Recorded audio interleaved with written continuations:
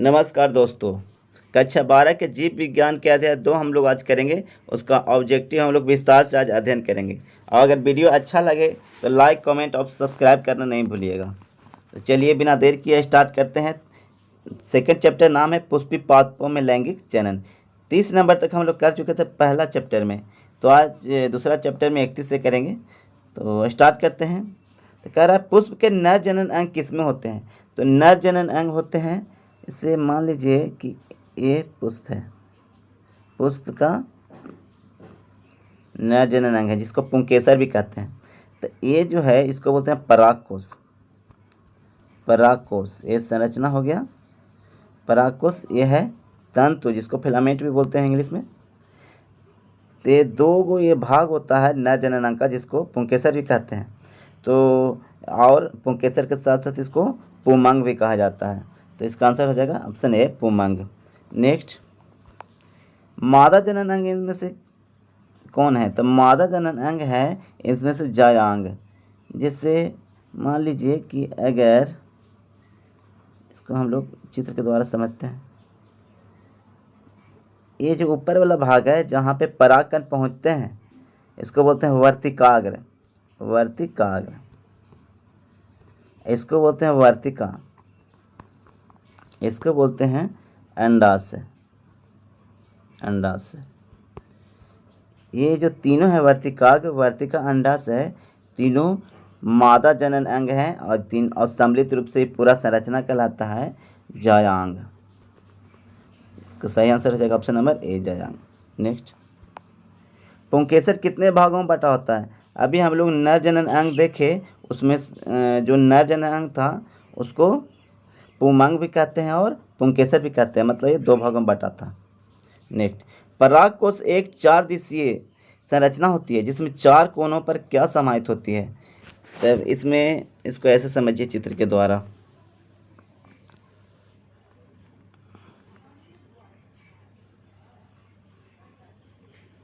ऐसे होता है इसका संरचना। यहाँ पे मान लीजिए कि ऐसे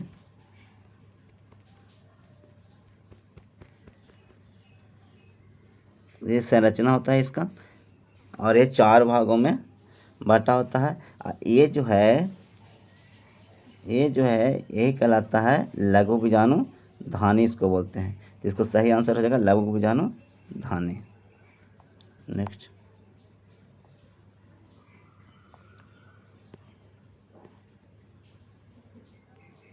आगे कह रहा है लघु बीजाणु ध्वनि की सबसे आंतरिक परत कौन सी है। तो देखिए लघु बीजाणु ध्वनि 4 पार्ट में बांटा हुआ था। अच्छा, चारों में एक मान लीजिए कि ऐसे समझिए कि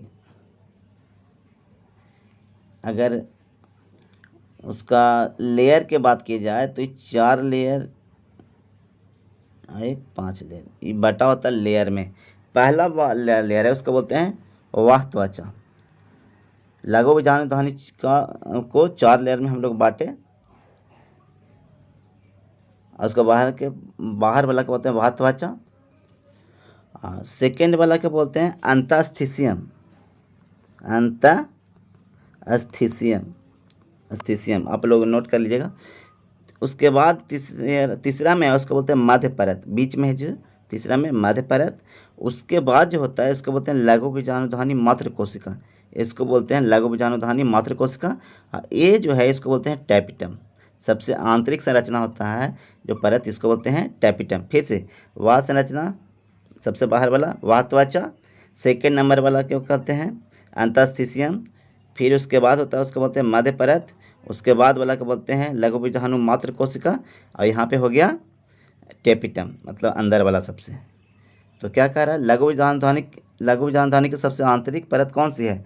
तो आंतरिक परत ये टेपिटम जो अभी हम लोग देखें, ये हो गया आंसर। नेक्स्ट, जब एक परागकोश अपरिपक्व होता है तब घने सुसंबद्ध सजातीय कोशिकाओं का समूह होता है, उसे क्या कहते हैं।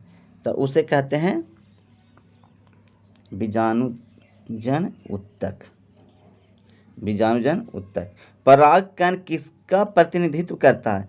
तो परागकण है जो परागकण नर युग्मकों को भाव का प्रतिनिधित्व करता है, क्योंकि परागकण जो होता है वो नर परागकोश में, मतलब परागकोश में पाया जाता है, जो नर जननांग है। परागकण का व्यास लगभग कितना होता है? तब परागकण का व्यास होता है लगभग 25 से 50 माइक्रोन। 25 से 50 माइक्रोन होता है इसका व्यास।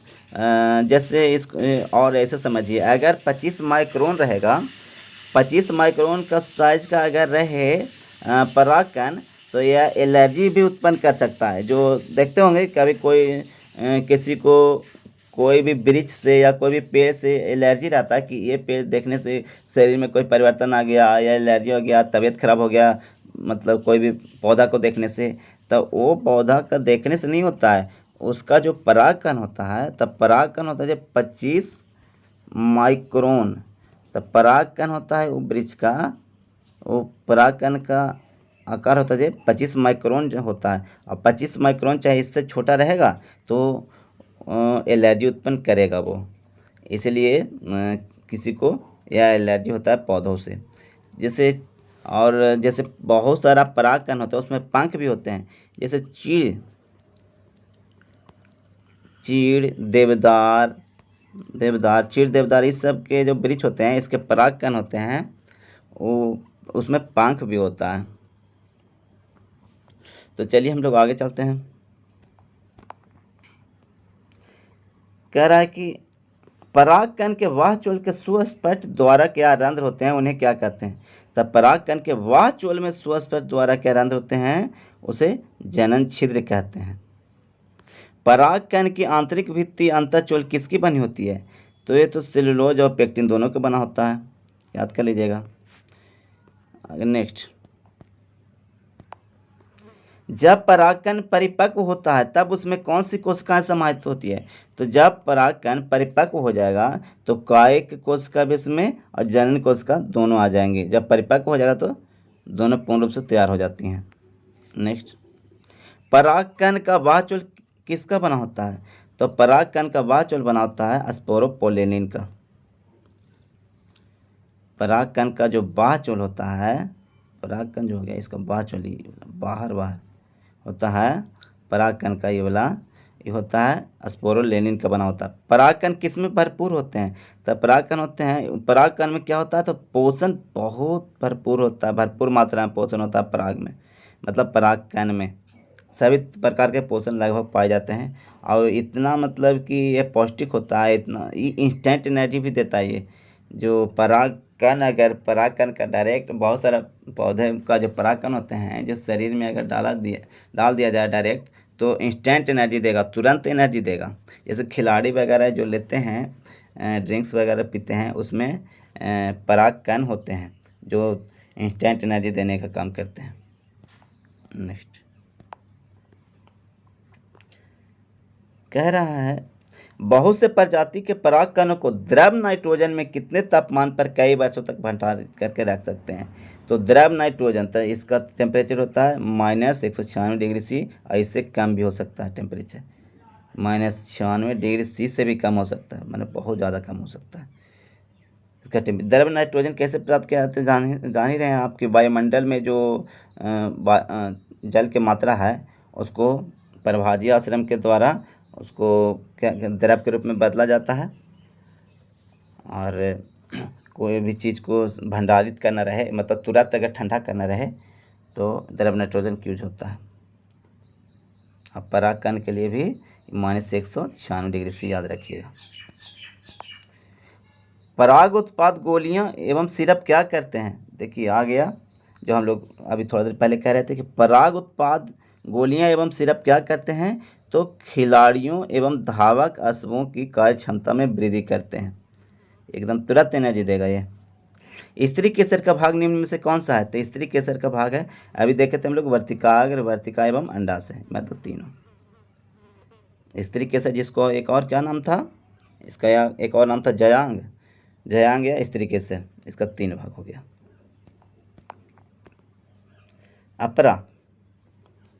अपरा से उत्पन्न होने वाली दीर्घ बीजाणुधानी समानता क्या कहलाती है?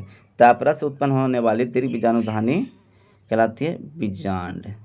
अपरा मतलब होता है, अपरा का इंग्लिश होता है प्लासेंटा। जिससे ऐसे समझिए कि जो माता के गर्भ में जो बच्चा पल रहा होता है, उसमें भी देखिए, जो मानव में भी माता के गर्भ में जो बच्चा पल रहा होता है, उसके नाभिक से माता के शरीर में जुड़ा होता है एक नली, वही पोषण और हवा वगैरह देता है। जो एक भ्रूण है, जो अंदर गर्भाशय के अंदर भ्रूण है, जो बच्चा पल रहा है, उसको मिलता है पोषण और हवा माता के शरीर से। माता के जो ब्लड है उसमें जो पोषण होता है, उसी से पोषण मिलता है गर्भ में माता को, बच्चा को।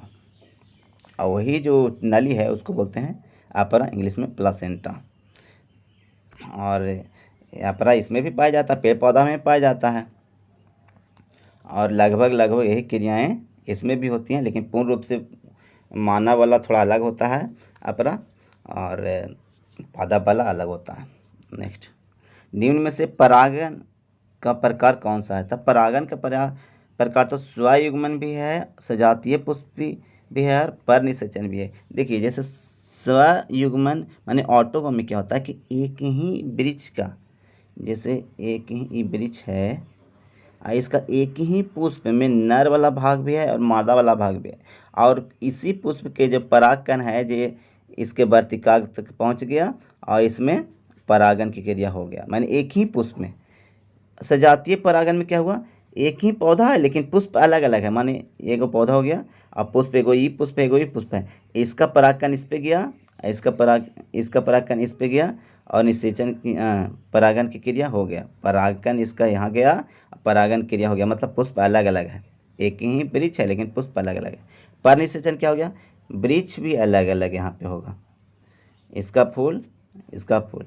मान लीजिए नर वाला है, ये मादा वाला है, तो यहाँ से यहाँ गया, तो इसका मादा वाला इसके नर में गया, इसके मादा वाला इसके जो नर है इसके मादा में गया, मादा वाला भाग में गया। ऐसे ऐसे होते रहता है परागन।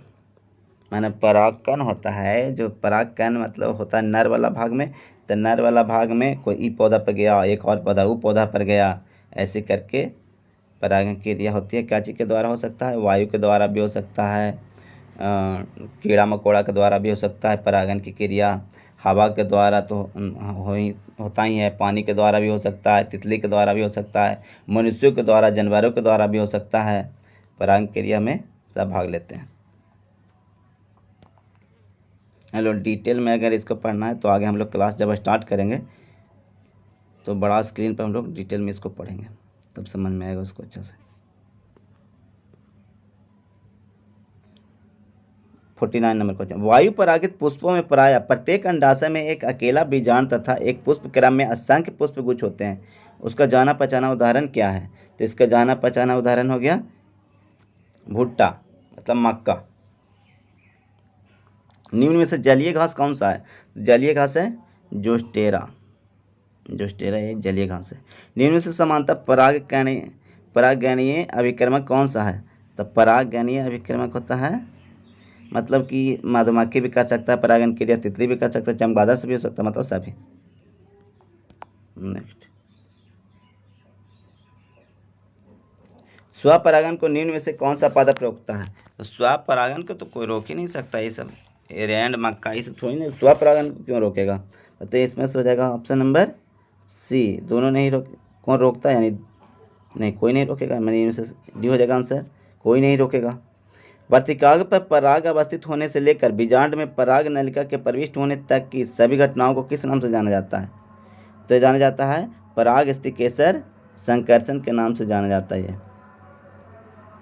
मतलब कि वर्तिकाग्र जो हो गया मादा वाला, तो उसमें पराग अवस्थित होना, वहाँ से फिर वर्तिका में जाना, वर्तिका से अंडाशय में जाना, जितना भी पूरा प्रक्रिया होता है उसको पराग स्थिकेसर संकर्षण कहते हैं। फसल की उन्नति या प्रगतिशील कार्यक्रम के लिए एक उपागम कौन सा है? तो कृत्रिम संकरीकरण, जिसको हाइब्रिड बोलते हैं, इसको हाइब्रिड बोलते हैं। वही कहता है कि जैसे उत्पादन बढ़ाना रहे, काफ़ी उत्पादन बढ़ाना रहे, कीट पतंग कम लगे, पानी की मात्रा कम लगे, ये सब कृत्रिम संकरीकरण के द्वारा पॉसिबल हो पाया है। कम पानी में भी उत्पादन हो जाता है। वो ऐसा बीज हो मतलब बीज बनाया गया है कृत्रिम संकरीकरण के द्वारा कि पानी की मात्रा भी कम लेता है, कीट पतंग भी उसमें कम लगता है, उत्पादकता भी मतलब उसमें काफ़ी रहता है, कम जगह पे काफ़ी उत्पादन भी होता है उसमें। तो चलिए आगे हम लोग बढ़ते हैं। युग्मक संलयन पूर्ण होने पर क्या होता है?